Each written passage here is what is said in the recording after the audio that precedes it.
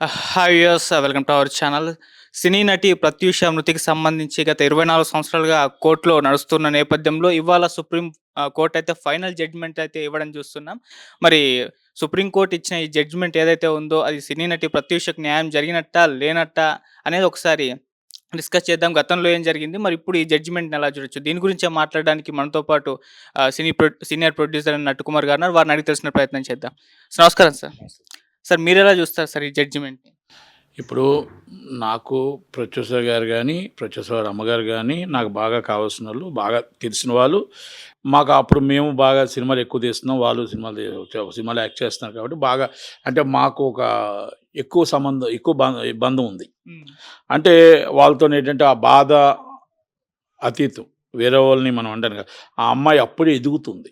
ఎదుగుతున్న సమయంలో ఆ అమ్మాయి ఒక టాప్ ఆర్టిస్ట్ అవుతదని అయితే అనుకున్నాం ఆ రోజుల్లో. ఆ అమ్మాయిని ఒక ముచ్చు వెంటాడింది.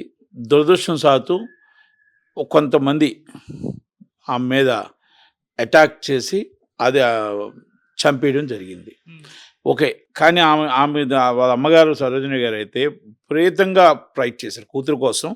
అంటే ఒక కూతురు కోసమే కాదు, ఒక ఆడబిడ్డ కోసం ఫైట్ అనేది ఈజ్ అ గ్రేట్. అంటే గ్రేట్ జాబ్ అండి. సుప్రీంకోర్టు దాకా ఆమె ఎంత ఫైట్ చేశారంటే అంత ఫైట్ చేసి ఆ కేసుని అత్యున్నత న్యాయస్థానం ఈరోజు తీర్పు ఇచ్చారు.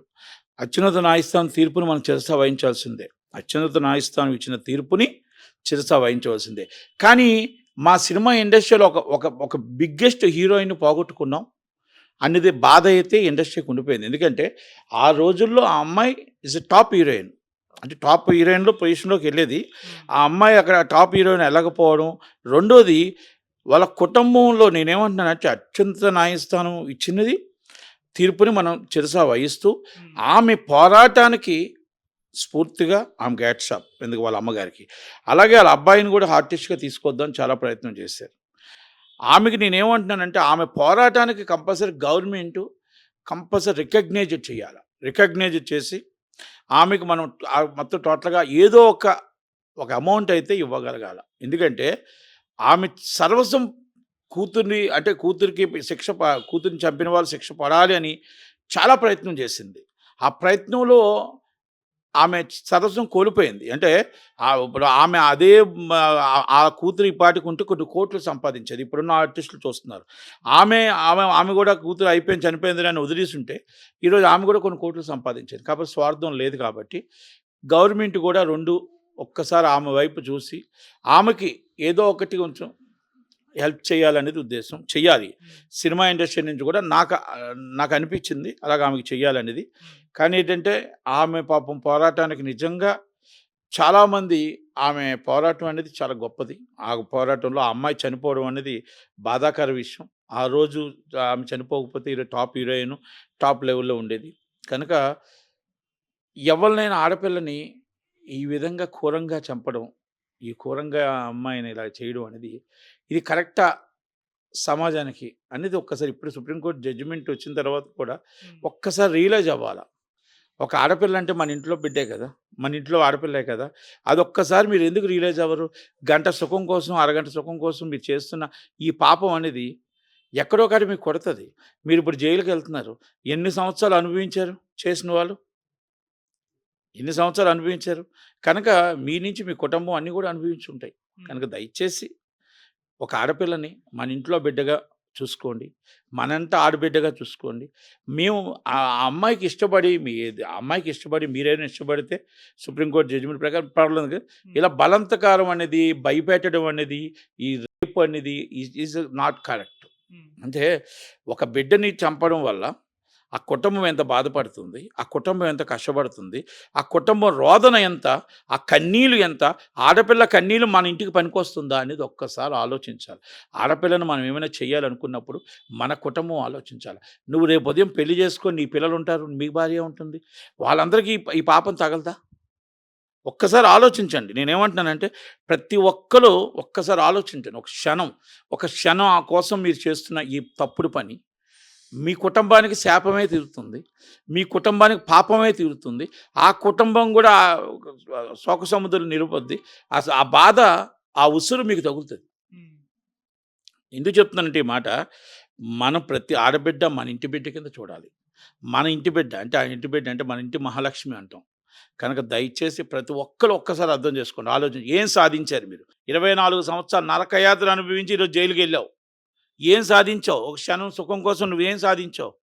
నీ భార్య నువ్వు పెళ్ళయి ఉంటే నీ భార్య సుఖంగా ఉందా? నీ పిల్లలు సుఖంగా ఉన్నారా? మీ తల్లిదండ్రులు సుఖంగా ఉందా?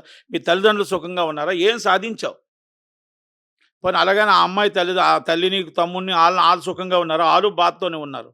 అంటే అటు ఆ కుటుంబాన్ని బాధపెట్టావు, నీ కుటుంబాన్ని బాధపెట్టావు. ఏం సాధించావు? ఆ ఆడబిడ్డ చనిపోయింది. కనుక ఇలాంటివన్నీ గూడా ఒక్కసారి రియలైజ్ అవ్వండి. ఒక్క క్షణం కోసం మీరు ఇలాంటి తప్పుడు పని చేయకుండా రియలైజ్ అవ్వండి. మన ఇంటి ఆడబిడ్డ గూడా ఉంది కదా!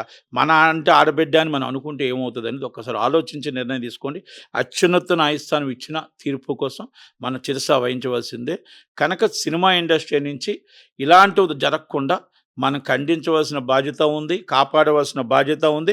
ఆడబిడ్డకు అండగా ఉండవలసిన బాధ్యత ఉంది.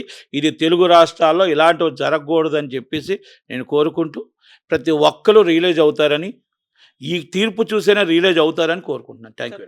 సినిమా ఇండస్ట్రీ నుంచి సహాయం దొరకాలి అని చెప్పేసి అన్నారు. అంటే 24 ఇయర్స్ అవుతుంది కదా! ఇప్పటివరకు ఆ సినిమా ఇండస్ట్రీ నుంచి మద్దతు వాళ్ళకు ఫ్యామిలీకి దొరికిందా? ఆర్థిక సహాయం కావచ్చు, ఇంకెటువంటి సహాయం కావచ్చు, ఇప్పుడే దొరకాలంటారా? అంటే నాకు ఐడియా లేదు. హ్మ్. మరి ఎవరైనా ఇచ్చున్నారా, ఇవ్వలేదా నాకు తెలీదు. హ్మ్. ఒకవేళ గాని ఆమె నిజంగా ఆమె ఆమె అంత ఫైనాన్షియల్‌గా ఏం డౌన్ ఏం కాదు కాబట్టి పర్లేదు. హ్యాపీయే. కొంచెం ఆ పార్టీలో గూడా ఆమె కొంచెం యాక్టివ్‌గానే తిరుగుతారు. హ్మ్. కనుక ఆమె నాకు తెలిసి ఎవరు హెల్ప్ చేసి ఉంటారని అనుకోను. ఓకే. కనుక ఫైనాన్షియల్ హెల్ప్ అయితే సినిమా ఇండస్ట్రీలో ఎవరు చేశారో ఏదో నాకు ఐడియా లేదు. హ్మ్. కానీ ఆమె నాకు మంచి బాగా సొంత కావాల్సిన వ్యక్తి. హ్మ్. ఆమె జస్ట్ మనకు 2013 దాకా మనకు ఆ అబ్బాయి గాని, ఆమె గాని మన ఆఫీస్‌కి వస్తూనే ఉండేవారు. హ్మ్. తర్వాత ఆమె పొలిటికల్‌లో బిజీ అయిపోయారు. మేము సినిమా ఫీల్డ్‌లో మేము బిజీ అయిపోయాం. ఓకే. సార్ ఓన్లీ 2 ఇయర్స్ మాత్రమే ఇప్పుడు జైలు శిక్ష పడింది. దీనిపైన వాళ్ళ మదర్ కూడా మాట్లాడడం జరిగింది. సో, ఇది అసంతృప్తి వ్యక్తం చేశారు. ఓన్లీ 2 ఇయర్స్ అనేది. అంటే సూసైడ్ ప్రేరేపించి చంపించేసారే తప్పితే దీన్ని ఇంకొకలా అంటే అత్యాచారము ఆ విధంగా చేసి చంపించారన్న కేసు కాదు అని చెప్పేసి అసంతృప్తి వ్యక్తం చేశారు. ఎలా చూడొచ్చు మరి 2 ఇయర్స్ పడ్డం పైన? అత్యున్నత న్యాయస్థానం ఇచ్చిన తీర్పుని హ్మ్. మనం గౌరవించాలి. హ్మ్. అత్యున్నత న్యాయస్థానం కంటే ఇంకో న్యాయస్థానం లేదు కాబట్టి అవును. తీర్పుని మనం గౌరవించాలి తప్ప మనం ఏం చేయటానికి లేదు. ఇన్వెస్టిగేషన్‌లో లోపం ఉంటే మనం ప్రశ్నించాలి. అవును. ఇన్వెస్టిగేషన్‌లో లోపం ఉన్నా, ఏమున్నా ఇది ముందే ప్రశ్నించాలి తప్ప ఈరోజు మనం ఇన్వెస్టిగేషన్‌లో లోపం ఉన్నా, ఏమున్నా మనం ప్రశ్నించాలి. అత్యున్నత న్యాయస్థానం తీర్పు ఇచ్చింది. హ్మ్. తీర్పుని శిరస వహించాలి.